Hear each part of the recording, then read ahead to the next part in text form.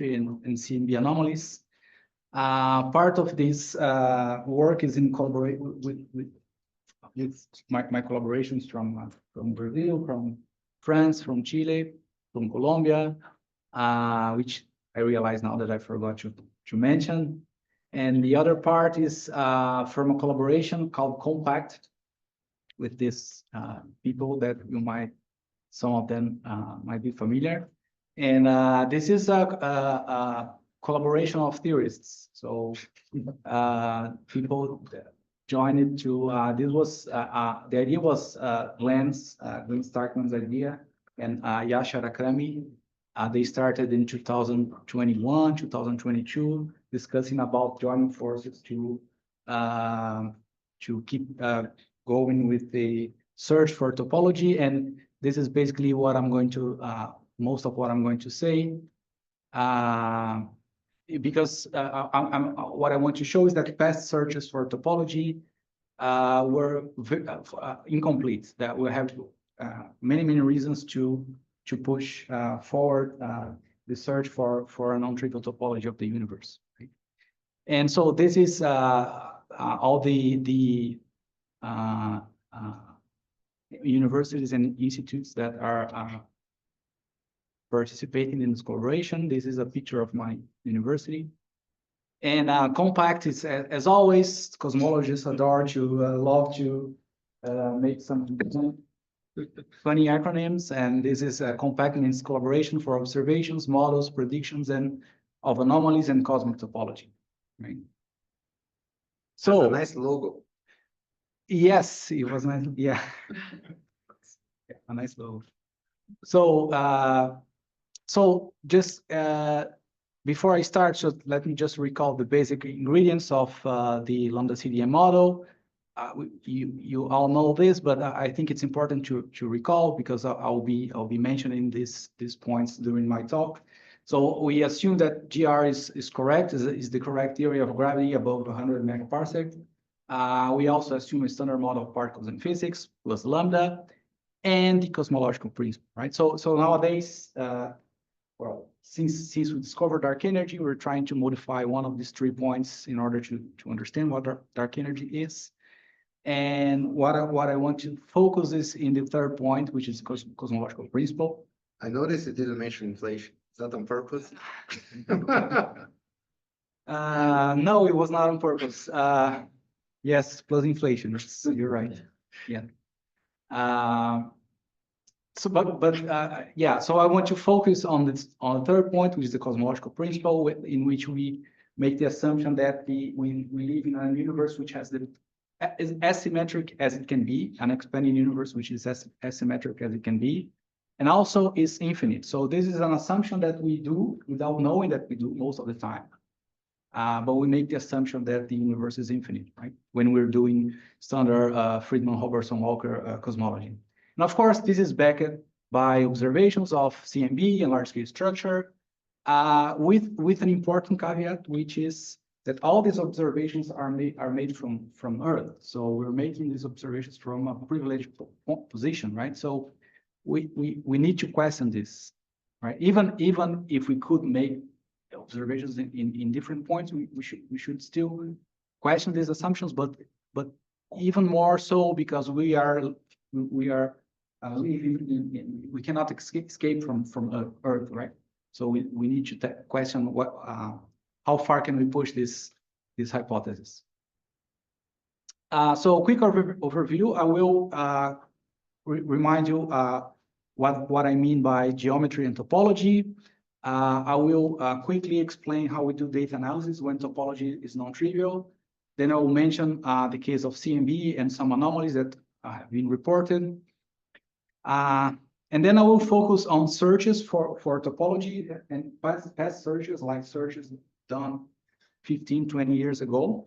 And even before that, there were searches using galaxies. I will mention some of them. And I will try to motivate why these are incomplete, why we should still keep searching for non-trivial topologies. And then I will try to motivate how can we go beyond this simple search for circles, which are I will explain what I mean by circles. We haven't found them, but I'll say what we can do if they are not there. I will mention also how we can use temperature and polarization for extending research, and also some results using machine learning techniques. And in the last part of my talk, I want to, so this is all related to topology. In the last part of my talk, I want also to talk about geometry. How can we search for a non-trivial geometry of the universe? And then I will conclude. So geometry, what do I mean by geometry? So we know that physics constrains the geometry through the cosmological principle and Einstein's equations. There is this star here just to emphasize that what I mean by cosmological principle is not the usual cosmological principle, is whatever we find it to be at large scale, right? Whatever the symmetries would find to be consistent with data at large scale. So in principle, it could be something more relaxed than what we know today. And from the mathematics point of view, there is, if we think about the spaces which are homogeneous, which are the easiest ones to do cosmology. There is this Thurston's conjecture, now known as Perelman's theorem, which states, well, it's a result in mathematics, but essentially stating that if your space is homogeneous, then it has to be represented by some of these. There are eight types of geometries, and your space should be one of these eight type of, either one or a combination of them, right? And in blue here, I just these are the ones which give Friedman cosmology, and actually E3 is the one that seems to be favored by data, but it could be any other thing. Though this is William Thurston, and this is Gregory Perelman, the guy who's famous for not only rejecting one prize, but two prizes, right? And yeah, so why homogeneous? Because we cannot do cosmology if it's not homogeneous, right? It's almost impossible, because being homogeneous ensures that you can translate partial differential equations into ordinary differential equations, and then we can do physics with this. Without it, it's very hard to do. Of course, this is not a physical explanation. I mean, if the universe is not homogeneous, we need to accept and try to do otherwise. But it's a starting point to suppose that it's homogeneous, right?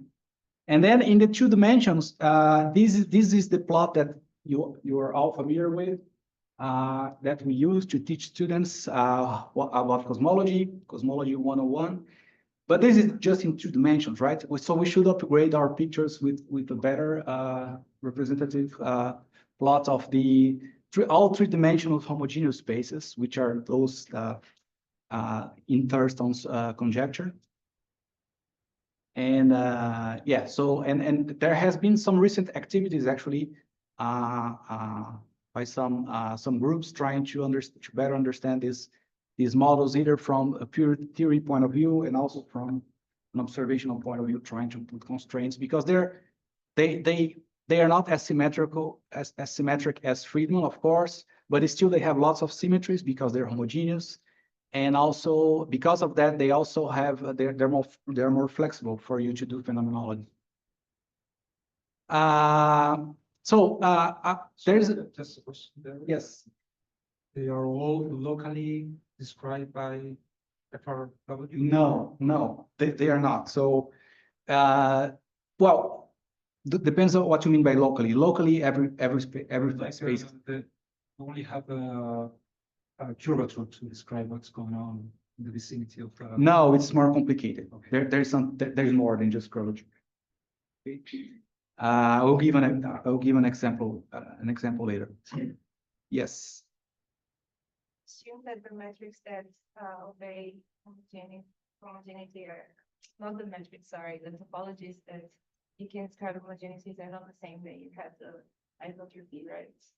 So sorry, I didn't understand the question. I assume because homogeneity and isotropy is different. I assume that the topologies that you can have homogeneity and that the topologies that you can have isotropy, they are not exactly the same. So perhaps I forgot to mention that the main difference between geometry and topology is because geometry is a local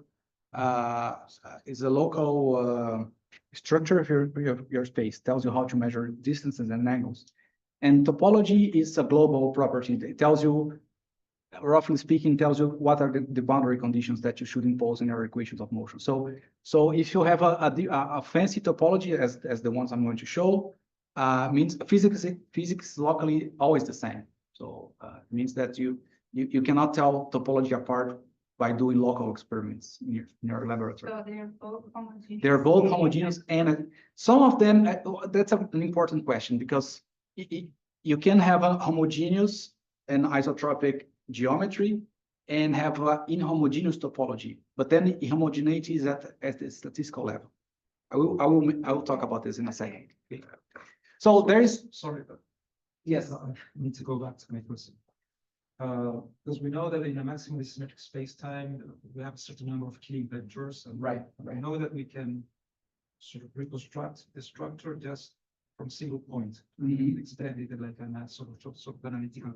And there we know, okay, there are these three options depending on the curvature. So, so I want to know with all these other classes of. So these are all homogeneous spaces, meaning that they all have at least 3 Killing vectors for translation. Okay, but we know that there are 6 Killing vectors for a maximally symmetric. Yes, you're absolutely right. But the point is that Sorry, it's not, you're talking about space, spatial sections. Yes. Right. So all these spaces here, they have at least 3 Killing vectors, and some of them can have more than 3. They can have 4 or 6. But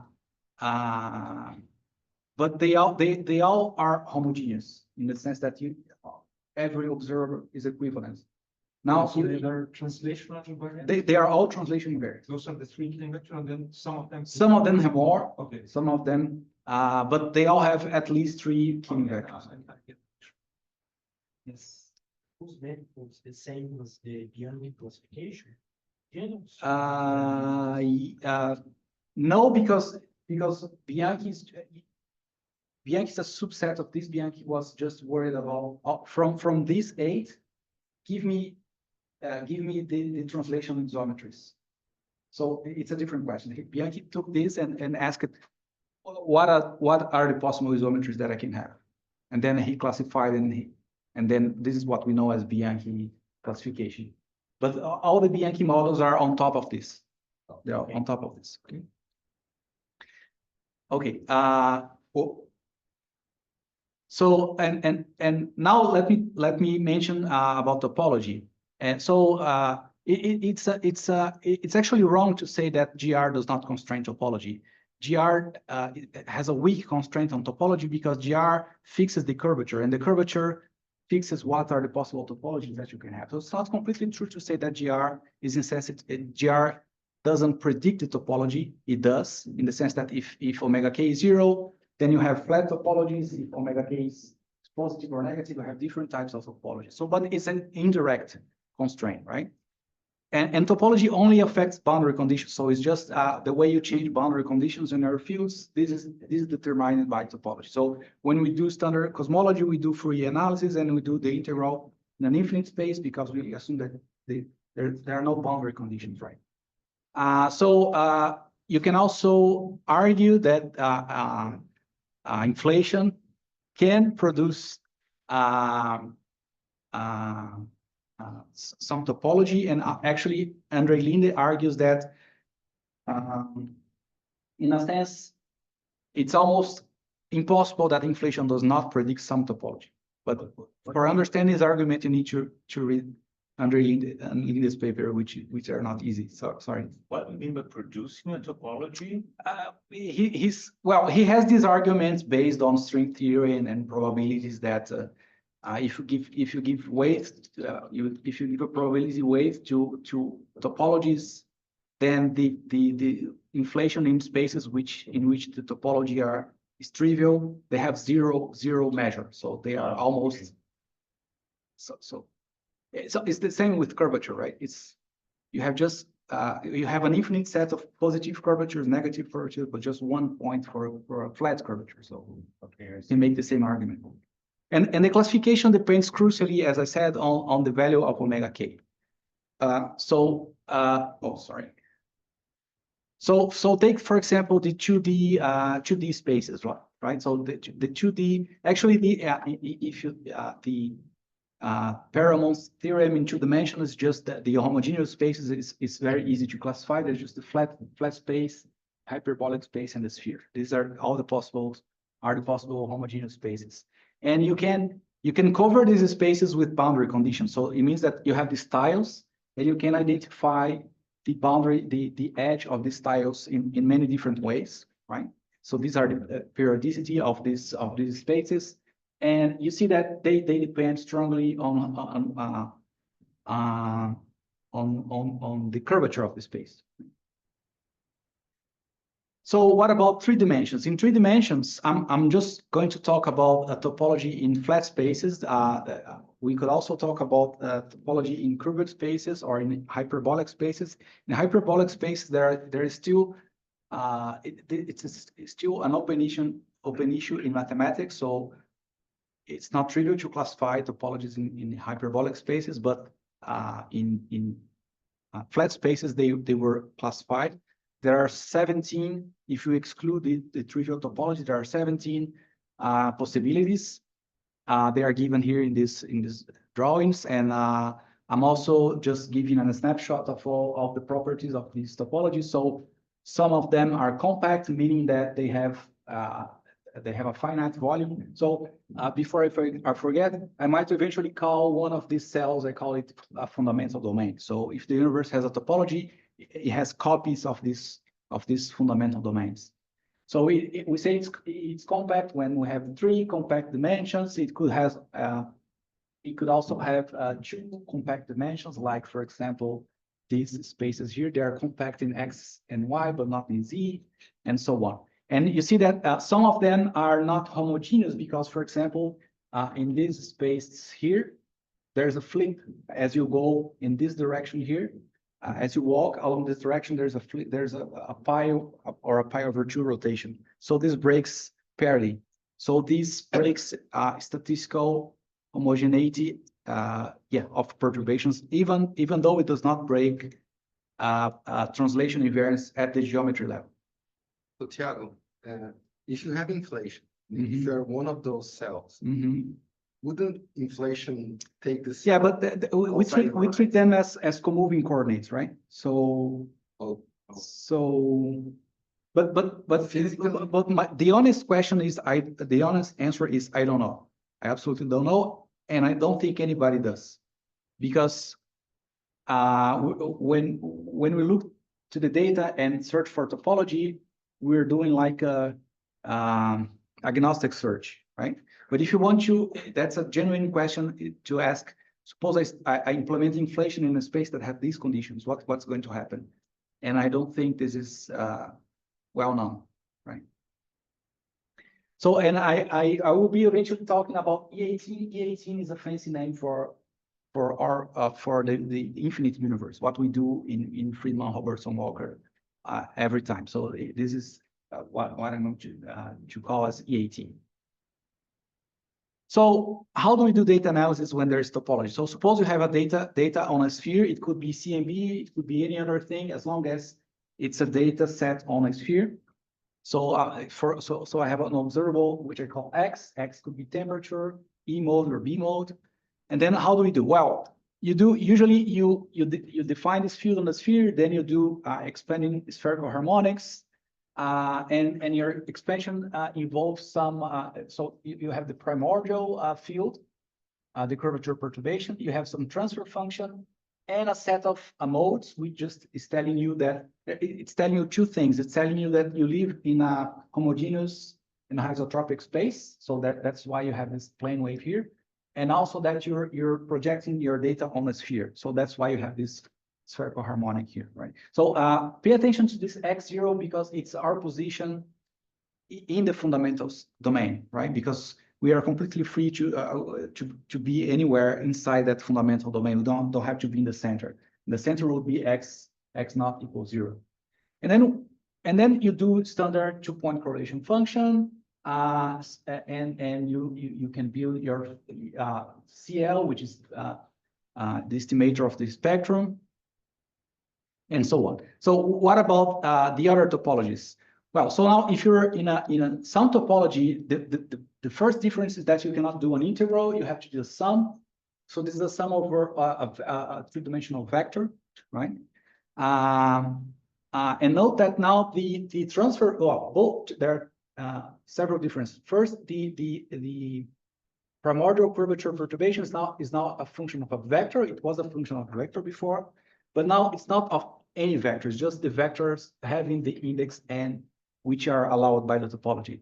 The same thing happens with the transfer functions and with the eigenmodes. Now they have this index n, and I'm not giving you the expressions, but these modes, they are completely classified for flat topologies. They are tabulated. You can just look for them and do whatever you want with them. And then of course you go on and compute your covariance matrix. So your covariance matrix here, it's not diagonal anymore. And then since it's not diagonal, how do we extract information from this? Well, you can use your favorite summary statistics to extract the information that you have. Okay, so then, okay, what the most famous data on the sphere is CMB, of course, and then we can ask what CMB is telling us about the topology of the universe. So CMB seems to favor E18, right? So past search, as I'm going to show, seems to indicates that there is no topology, or if there is, it's the fundamental domain is very far from us, and we cannot tell. But there are many underlying assumptions that should be tested, as again about Gaussianity, homogeneity, and isotropy. We should also have in mind that it's very easy to misinterpret non-Gaussianity with inhomogeneity and anisotropy. So it's very easy to design a bispectrum which could be misinterpreted as some power spectrum dependent on position or on direction. So non-Gaussianity and non-Gaussianity on one hand and homogeneity and anisotropy on the other hand, they are degenerate in some sense. Also, we know that it's easy to build models which are not isotropic or homogeneous that can fit the data. Of course, some of these models have been ruled out using different tests, but the point is that it is in principle possible to build models which are not homogeneous, not isotropic, and yet fit the data. And of course, there are several anomalies, CMB anomalies. They are all at the 2 or 3 sigma level, but they are consistent over different experiments. They are consistent against systematics. And so even though their signal is not very strong, but they seem to be everywhere we look at. So we should take them into account. Okay, so how do we search for, how did people search for topology in the past? So there are many papers in the 80s, in the 90s, that used data, the distribution of the galaxies and quasars to ask the question, is the universe finite or not? So there are many papers by this Goat, I don't know how to spell.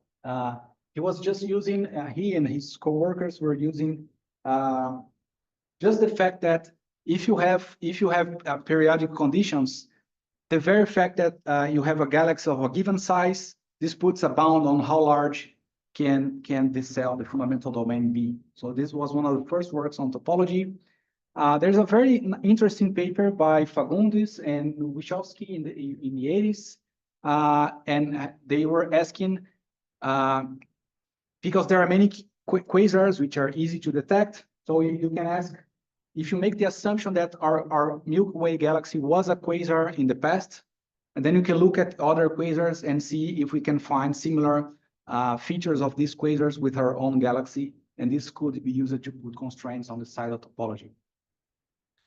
You can also look for antipodal galaxies in small universes. So this is just to give an idea of what people have done even before we had good CMB data to use. And of course, this is very hard to do because you have galactic evolution. So this spoils the constraints. It makes it very hard to test, and then that's why people had to wait for CMB, because CMB is a very clean signal, and then we can use CMB data. And the basic idea of using CMB is to look for correlated circles, right? So suppose that this is the fundamental domain. So this cube here, suppose that we have this universe has this topology, and this sphere here is the less scattering surface. So you can argue that if there's an intersection of this sphere with this cube, then these blue circles, they will appear everywhere. And then you can try to correlate circles, and you can try to look at circles in CMB and see if they're correlated. And this could tell you if they are, this could tell you that we live in a periodic universe. So you can build some statistics. So this is one example. This S plus or minus is an example, and alpha is just you have two circles.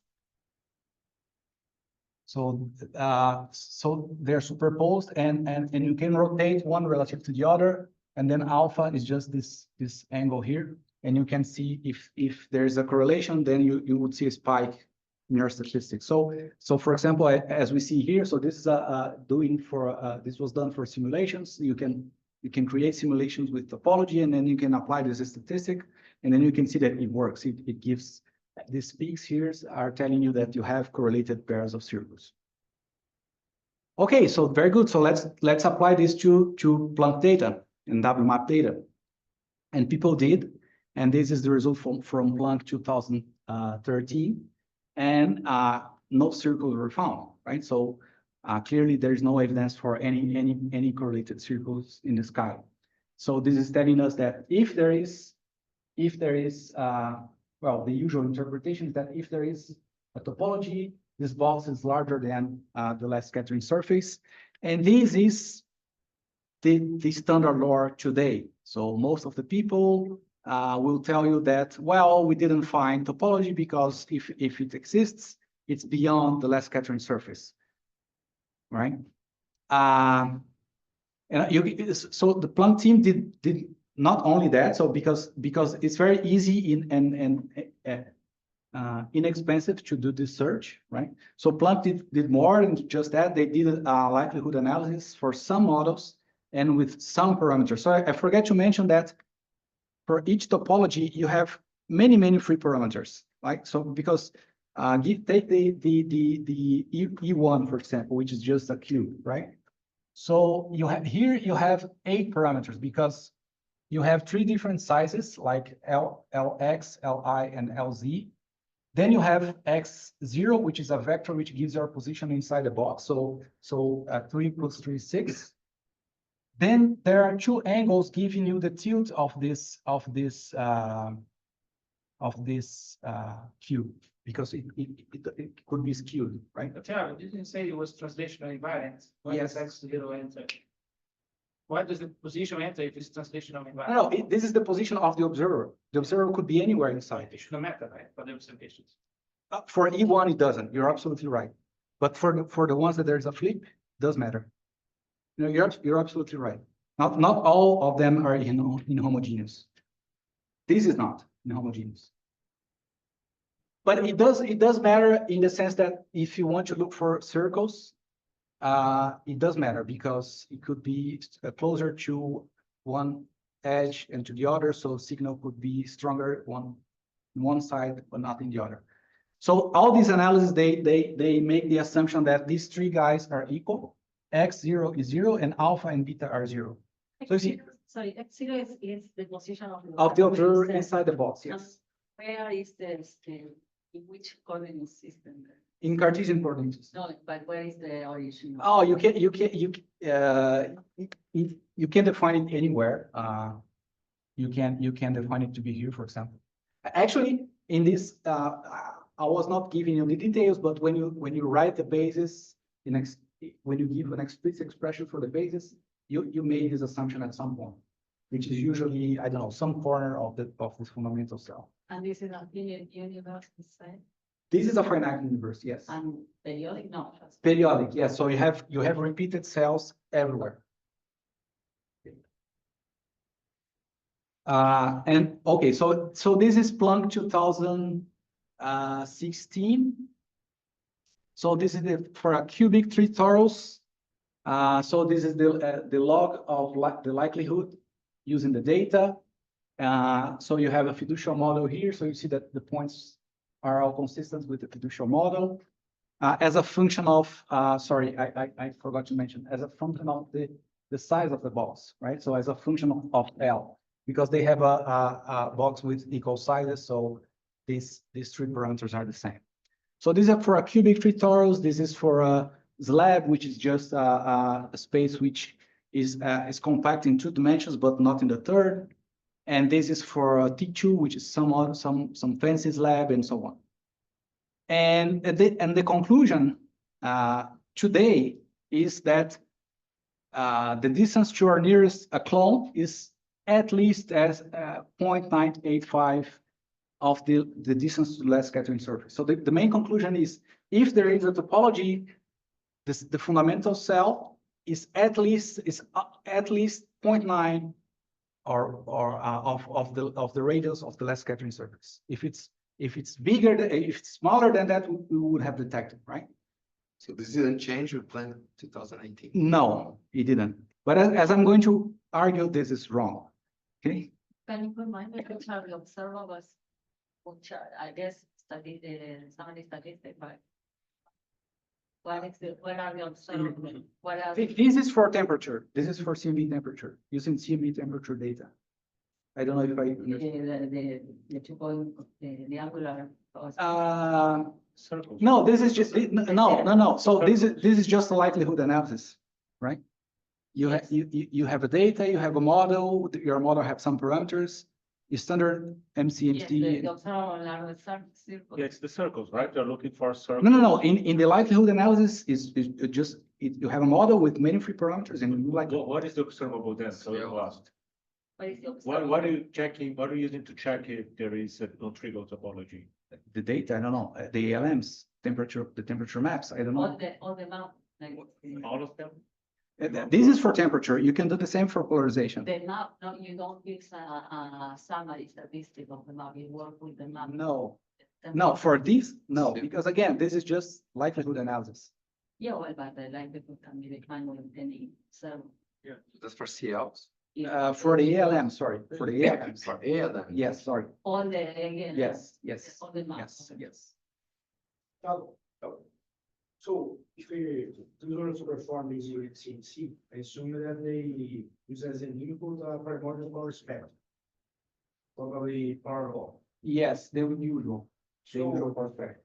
I would imagine that for some funny topologies, the primordial power spectrum would also change.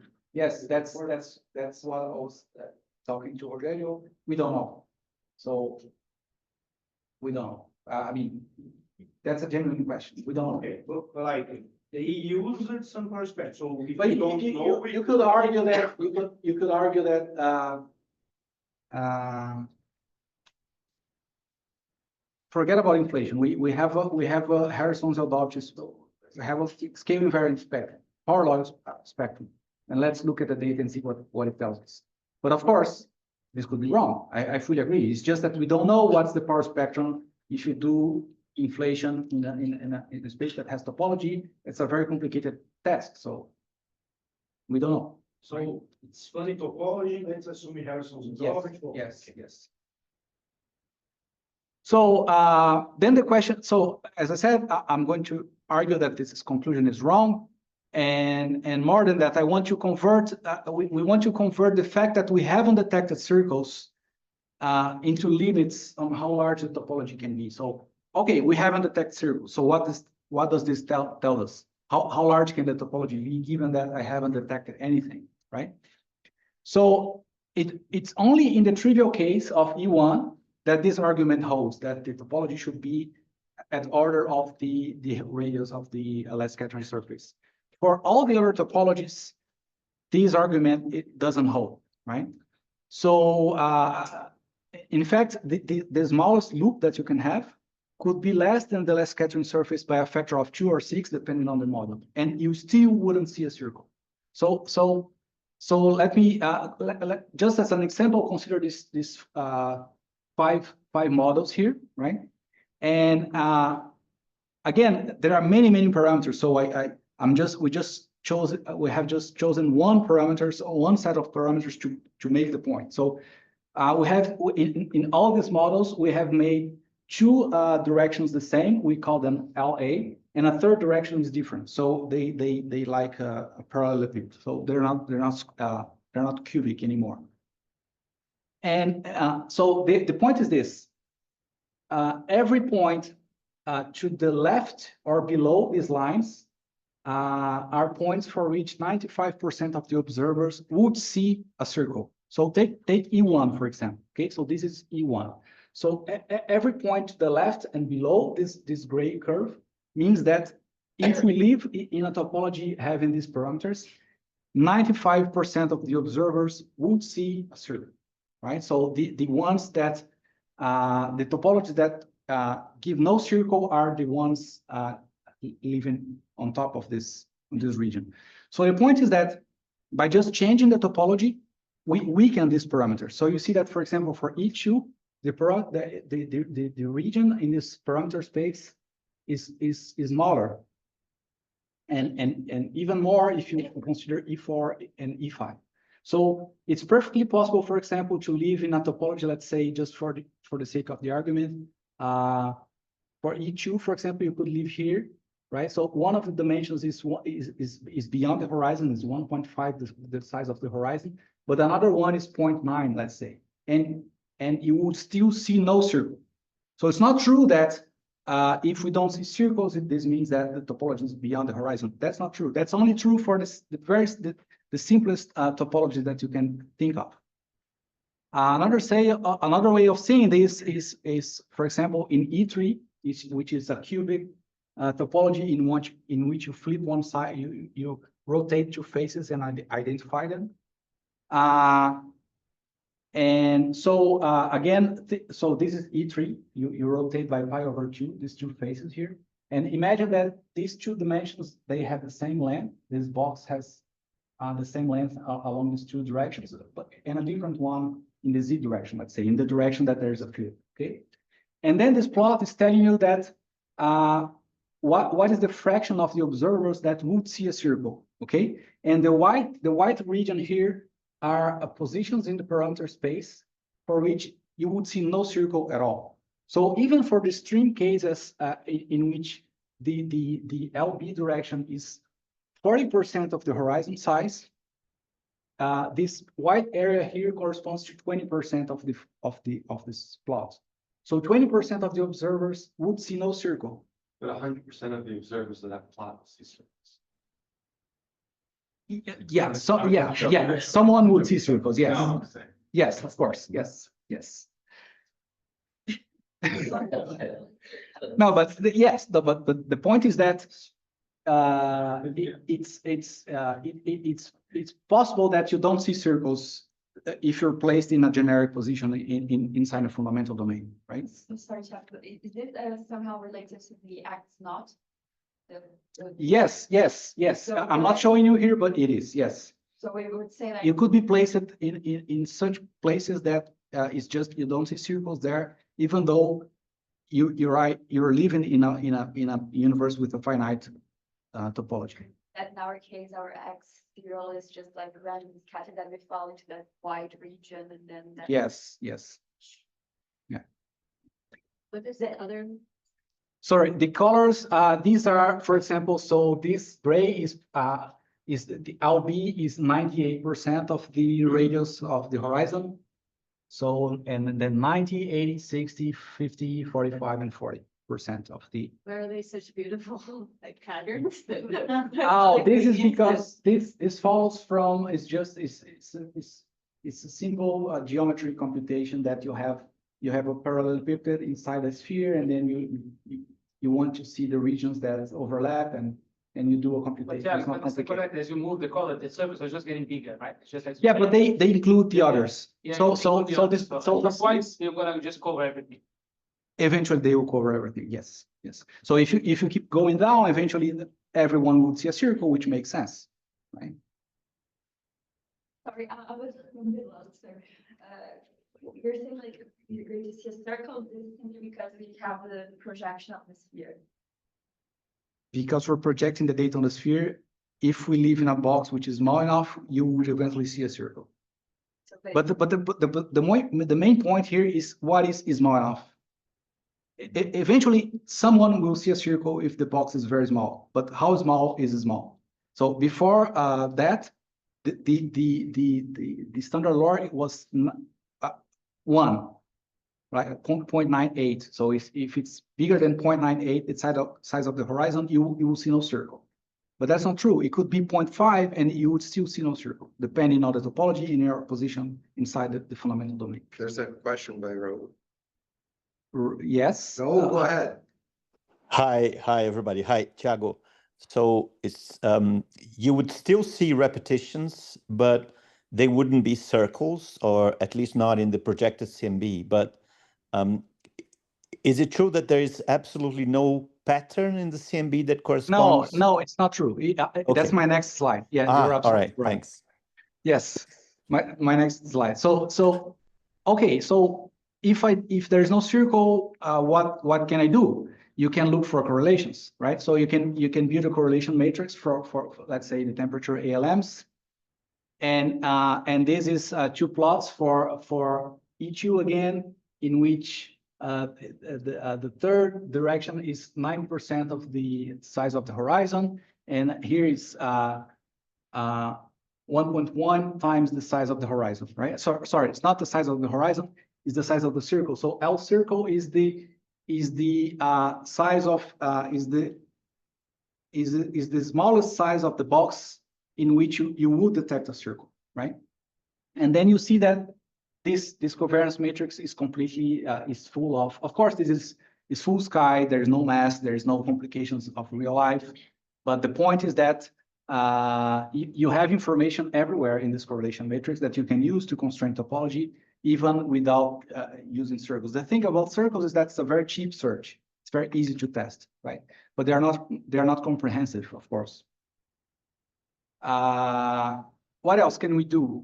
We can use this called Kullback-Leibler divergence, which is a statistical measure of how far two distributions can be, right? So suppose you have Q is the topology of EAT, the standard universe, and P is the topology of some fancy topology, some fancy universe, and then you can make a plot of this statistic, and if the divergence is larger than 1, this is an indication that you could in principle detect some topology.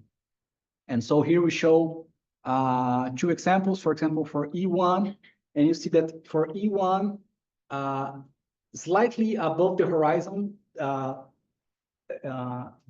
divergence drops quickly, telling you that you cannot detect topology if it's slightly larger than the horizon, right? But for E2, in which the observer is not on axis, it's not on center, it's off center, then it's still you have a better chance to detect something because the KL is slightly larger up to you can increase the size of your topology and still have some divergence, right? And here is a plot of the same divergence as a function of the multipole. So you see for E2, which is slightly bigger than the horizon, increasing Lmax doesn't make any difference. But if E2 is one of the directions is slightly smaller than the horizon, then increasing Lmax increases the chance of detecting something. Okay, so someone asked me something about polarization. I don't recall who, but these are the covariance matrices for polarization. And there's something interesting which happens here is that usually we think that parity violation is necessary to correlate E and B modes. So if you take if you search the literature, you see that it's very easy to find people telling you that there's no E and B correlations in standard Friedman because the universe is invariant under parity, which is true.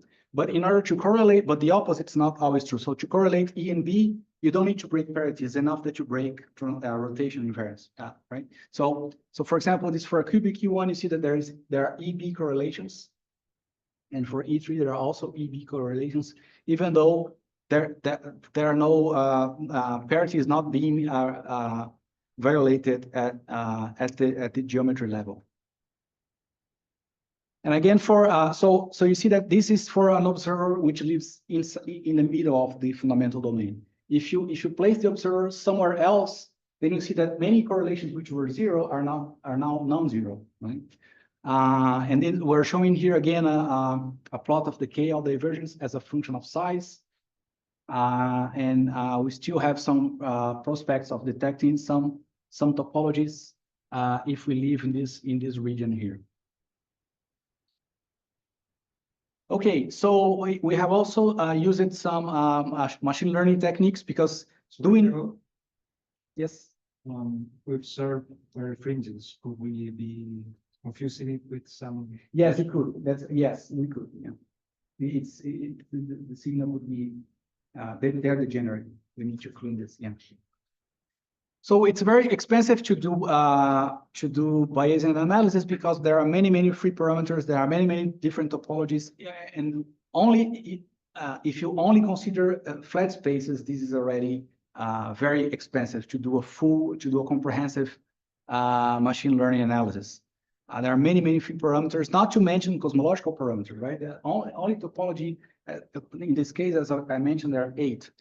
Some others has less parameters, but it's still very complicated to do. So we can we try to use some neural networks to train the data and see how good we can tell apart a CMB map that has and that doesn't have topology. And so here we're plotting some matrix, some called confusion matrices in which these are normalized. So these numbers tell you the probability of that you could mistake one topology from the other. So for example, suppose that this is the real topology, which is 0.5. It's a cubic box with half. The dimensions are half the size of the horizon, and you could perhaps mistake with the topology which has a size of 0.1, and the probability is 0 in this case. But as we have found, here we just used very small boxes because we wanted to see how well this works. But as we have found, even for small boxes, it's very complicated because if your topology is oriented with your reference frame, then the machine learning techniques work very well. But if you rotate your box relative to your reference frame, then things start not working very well because you can confuse some topology with the other. So it was a surprise for us that even for very small boxes, it's not easy to classify them using machine learning, right? So there's still work to do here. Thiago, yes.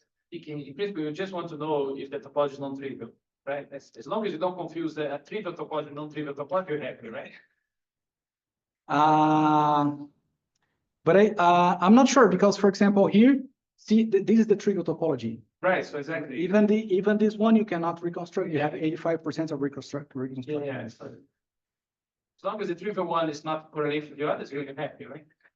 Yes. Yeah. But the idea is that we would like this to some extent to be complementary to a Bayesian analysis, which is much more expensive to do. Yes. I don't know how strong the signals would be, but like the other thing is, for example, in CMB, there's a lot of foreground cleaning and a circle. Still thinking about the circle from side, like the CMB lights traveling through different, universes. So how much would that difficult make your life difficult? You mean complications in the data analysis, like Yeah, noise and ground cleaning or the CMB program. so the plot that I have shown for circle search from Planck, they did everything. They used masks and cleaning and foregrounds removal and everything, and still you don't see any circle. Of course, you could argue that you could go in the other direction and say that if the circles are small enough, they could be inside the mask. It's perfectly fine. I could live in a slab which is so small in a direction that the circles would be produced inside the galaxy, and then you wouldn't see anything.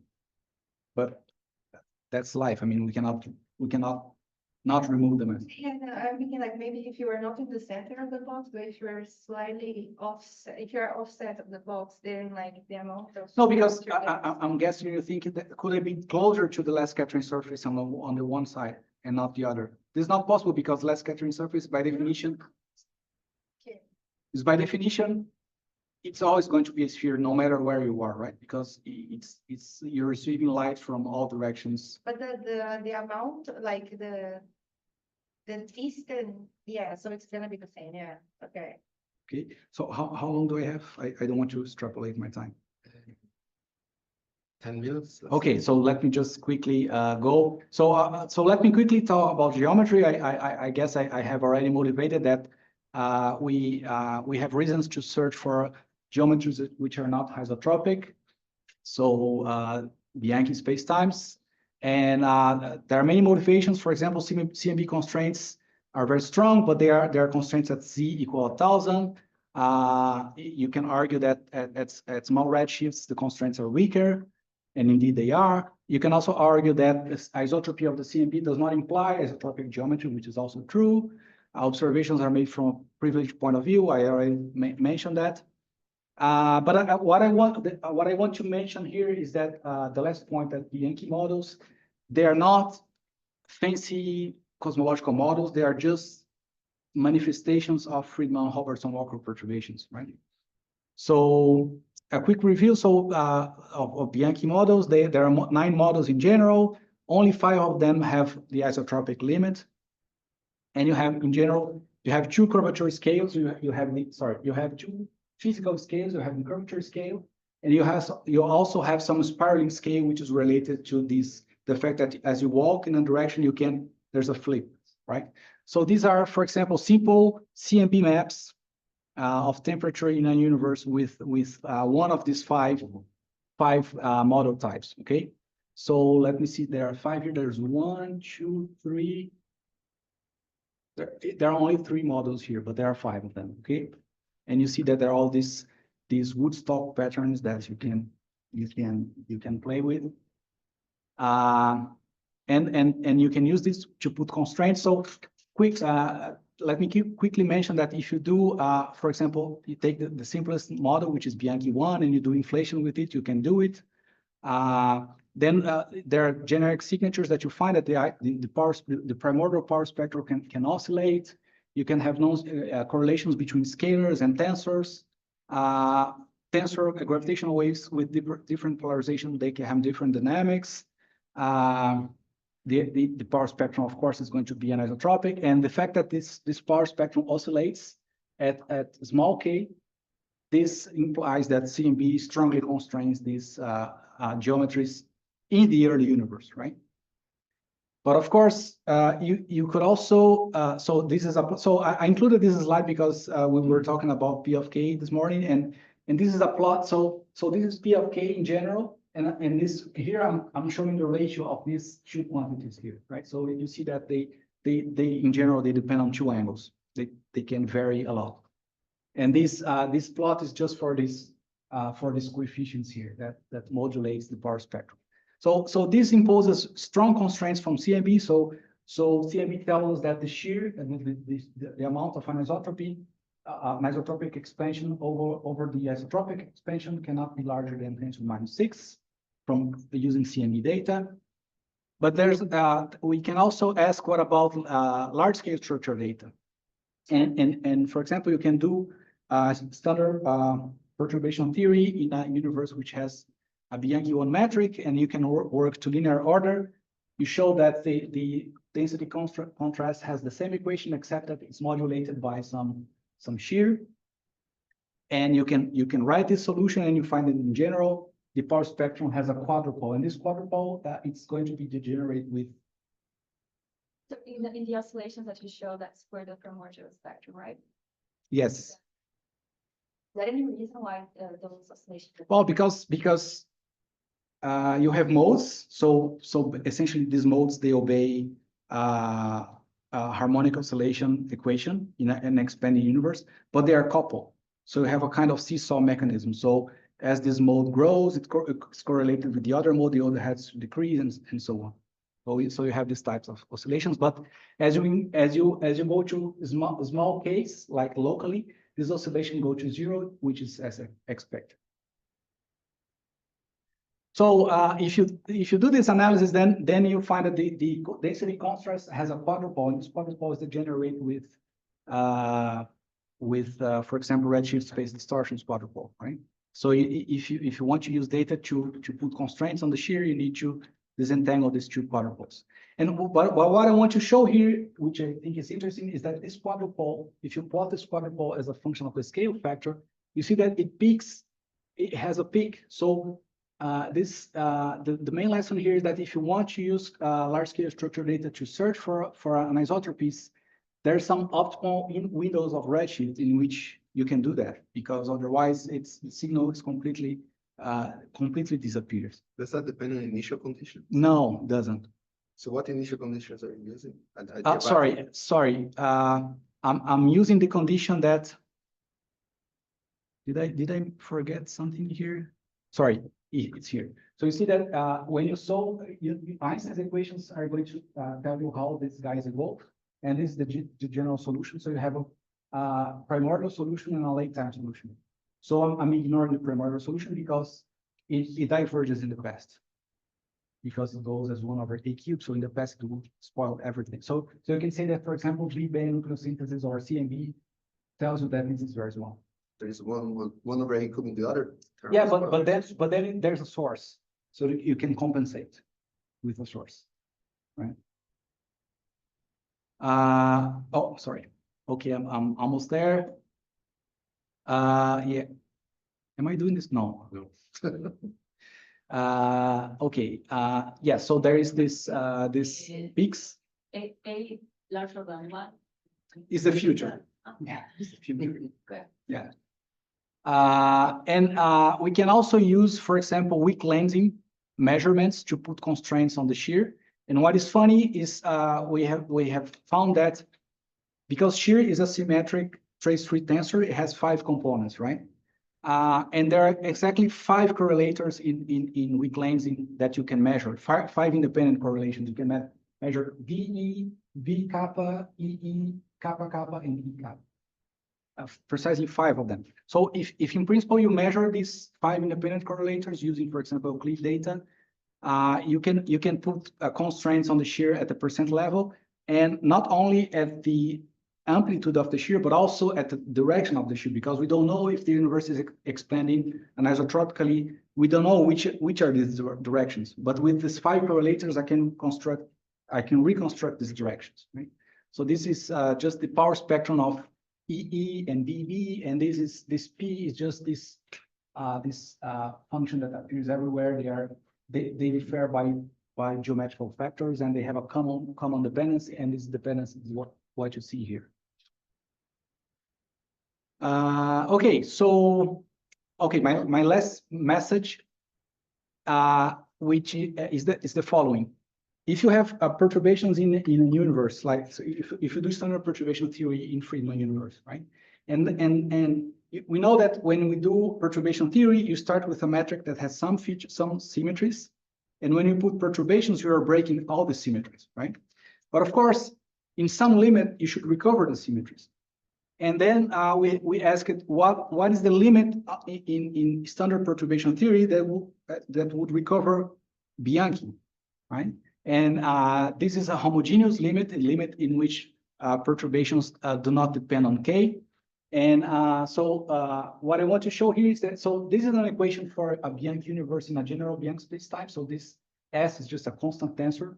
Doesn't really matter right now what it is. And you write the equation for gravitational waves in a curved Friedmann universe, right? And now, if you take the limit of K going to zero, K going to zero, which means that I take perturbations with infinite wavelength, then these two equations can be identified. So this is telling us that on top of stochastic perturbations, there are deterministic modulations, whose dynamics is exactly the dynamics of a Bianchi universe. So you can completely identify this tensor here with the Fourier modes and the curvature of a given space, and then you can completely identify a long wavelength limit of some Friedmann perturbation with some Bianchi spacetime. And this is very nice because from the practical point of view, suppose you have sorry, there's a typo here, should be gamma, not E. Suppose you have a young PhD student that wants to do research and you want him to compute, I don't know, number counts in Bianchi 7. I don't know, your favorite observable in some Bianchi, right? And then the poor student could do perturbation theory, which is very complicated. And if he's smart enough, I would say after 1 or 2 years, he will have the result. But this is telling you that there's an easy way. You compute your favorite observable in Friedmann, and in the end, you take the homogeneous limit. And this will give you the correct answer. And this has in fact been used by people working with weak lensing. There's a group in Geneva doing that. We are doing that you can compute in Friedmann and take the homogeneous limit, and then you have the answer, right? This is much easier.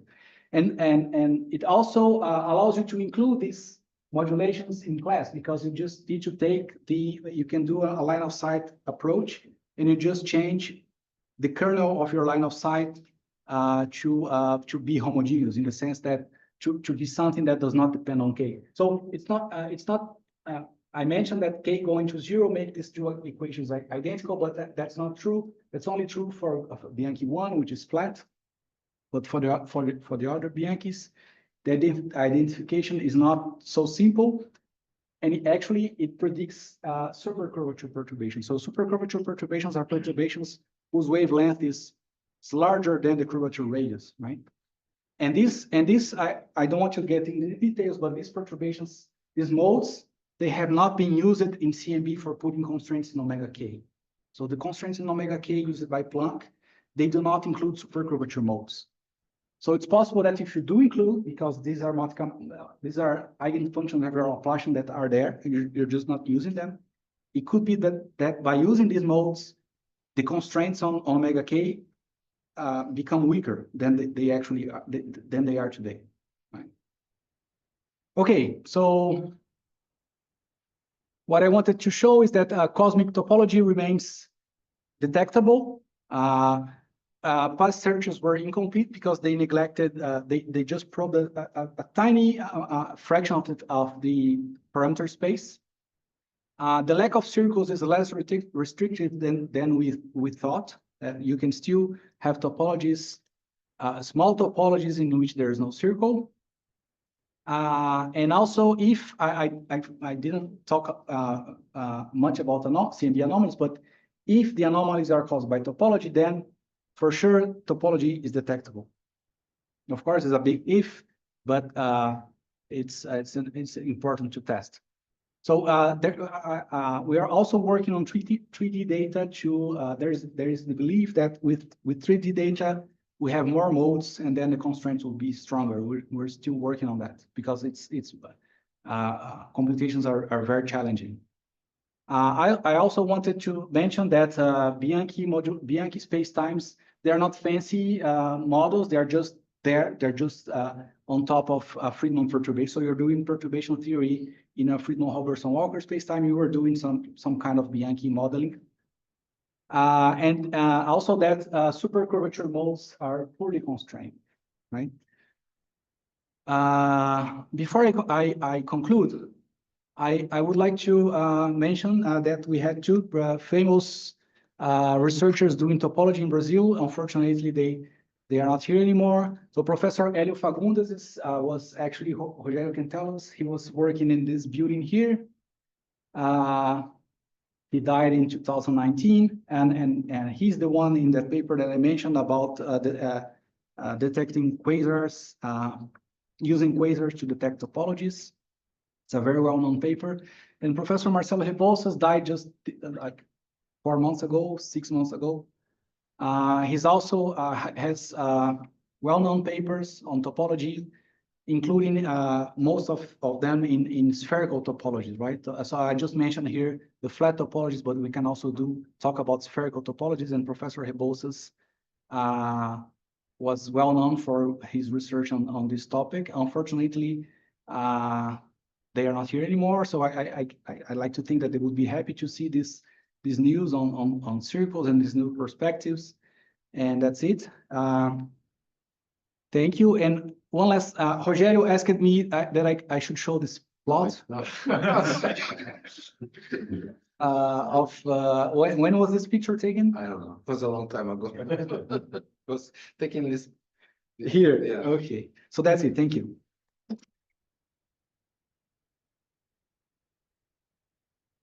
Are there any questions, for example? Yes. In the machine learning analysis, which kind of information you gave to a machine learning? The ALFs. We train, you mean, what was the training set? Was the ALFs, yes. But you can do it with correlation matrices, with multiple vectors, with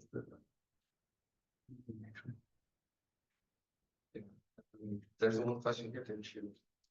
Actually, thanks for the talk. So I have two questions for you. One is, would you in principle use the cosmic gravitational wave background, and how important would that be?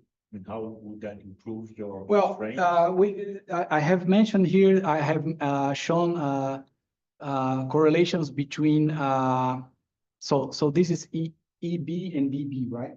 So this is primordial B. But I mean, if you assuming that in the future you do have detected the cosmic gravitational wave background, just as we now have the microwave. So how would that be? Not indirect measure, indirect. Would that be? Well, then or not? Then I think you could play the same game. You could look for circles, or you could So the constraints would do likelihood analysis. Proved, or it's not such a big deal. But so for this simple case here, they I don't know actually, because we haven't done.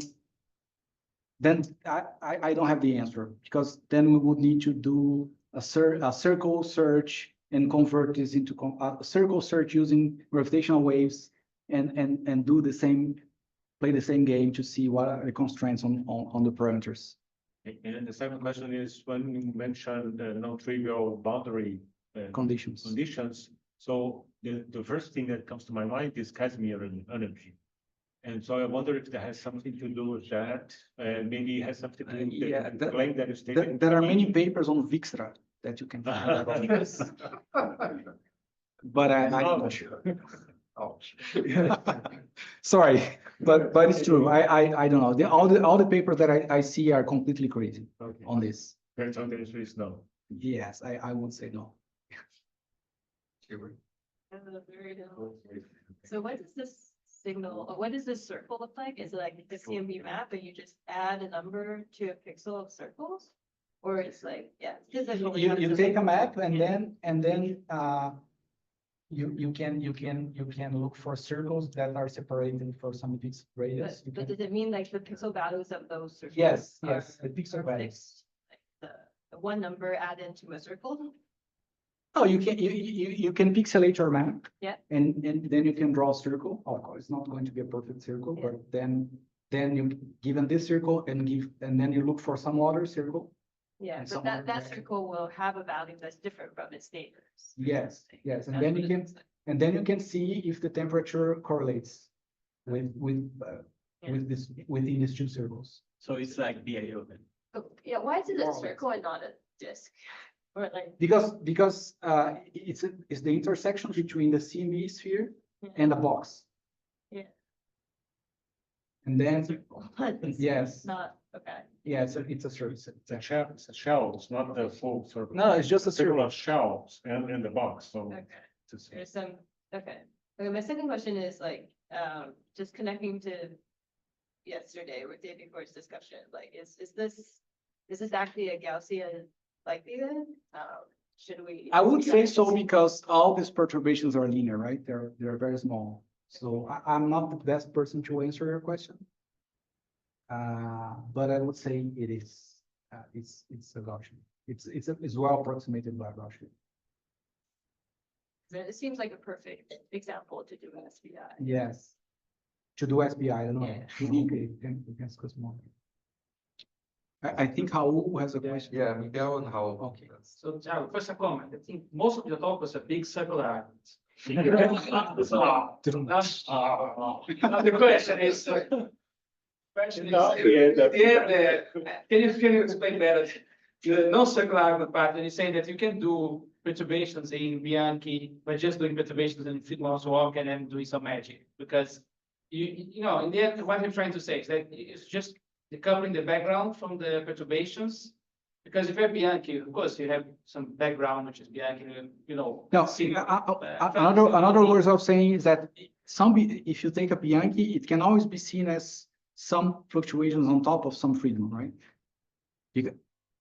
Well, the perturbation is large enough, right? You will become Bianchi. That's what you're saying, but I don't think that's what you're saying, right?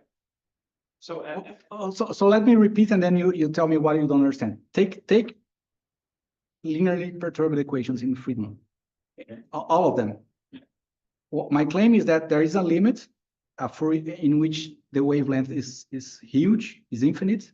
This limit is not obvious, but there is a limit in which the Einstein's equations become exactly Bianchi's equations.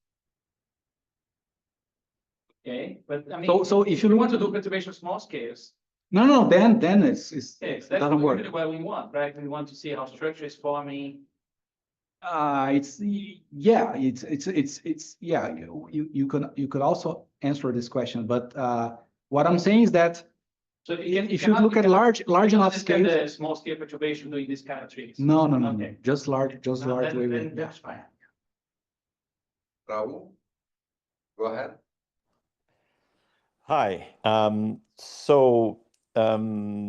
You are looking at CMB for the most part here, and the reason is clear that you have the largest distance that you can probe. But there are problems in the sense that the signal is a bit smeared by the fact that the CMB isn't exactly a precisely infinitely thin shell. There's a width for it. So there are some projection effects that smear a bit the signal. I'm sure you included this, but that's not really my question. The question is that if you have very high redshift, you need to get large distances for this, of course, right? But if you have large distances with 3D probes, this opens up for many more tests, which are not of the same sort of as these ones, right? So if you have, let's say, observations on very high redshifts for, let's say, intensity mapping, redshift, I don't know, 100 or so, you are already very close to the actual distance that you can probe with the last scattering surface, but you might get 3D information. Yes. So are you guys in compact thinking Yes. about perhaps going beyond CMB for these? No, by absolutely. the way, just a final thing. I also thought about this for the gravitational wave binary black hole merger events, but that doesn't work because you wouldn't see them at the same times from the different directions, so that doesn't really work. But intensity mapping perhaps could. So yeah, so you guys thinking about this? Yes, no, we are actually most of the things we're doing now is to use 3D data to compute some kind of KL divergence. And actually, we had some plots that I could show. I did bring them here, but the thing is that it's very complicated because the covariance matrix is huge. It scales with the number of modes cube, right? So because it's a 3D, and it's very hard to find a region in which you have converged. Because what we do is that in order to test, you need so you have a topology that you do some discrete Fourier analysis, and then the covering space you cannot do. You also have to do discrete Fourier analysis in the covering space because the computer doesn't know to do continuous intervals, right? Just the sums. So what we do is that we're doing a small box Fourier analysis with a large box Fourier analysis. So I have two sets of Fourier modes, each one having X, Y, and Z, and then they don't have to be, in principle, they're not aligned, and so it's very, very complicated. So we're doing this right now. We plan to have a result soon, but it's very demanding. Yeah, it's very intensive. So you would have to do a kind of Fourier Basel, a discrete Fourier Basel for your right. I was trying to push this, but people prefer to do a Fourier analysis, not a Fourier Basel. But my suggestion was also to do shells, in shells of redshift and then do standard spherical harmonic. Yeah. Exactly. That's the way that I was thinking about this. But anyway, yeah. All right. But then you need also to correlate beams of different redshifts and exactly. Yeah. Yeah. So that's if the Fourier thing doesn't work, we're going to try this Fourier Basel and strategy. I think that's the way to go actually. But anyway, yeah, we can talk later. Thanks. Yeah. One more question, Thiago. So in the end, after you went from circles, you went to do correlations, right? So, but then you go back to what you said in the beginning, there's some degenesis between this and non-Gaussianity, because non-Gaussianity also produces the same kind of things, exactly, right? Yes. So how do you decouple all this correlation matrix from non-Gaussianity? No, it's right. I don't have a good answer right now. But it's very complicated. It's precisely because you can always mistake a bispectrum with a power spectrum, which is position dependent. So yeah, so I don't know. That's a good question. No. Can discuss more, of course. So let's thank Thiago.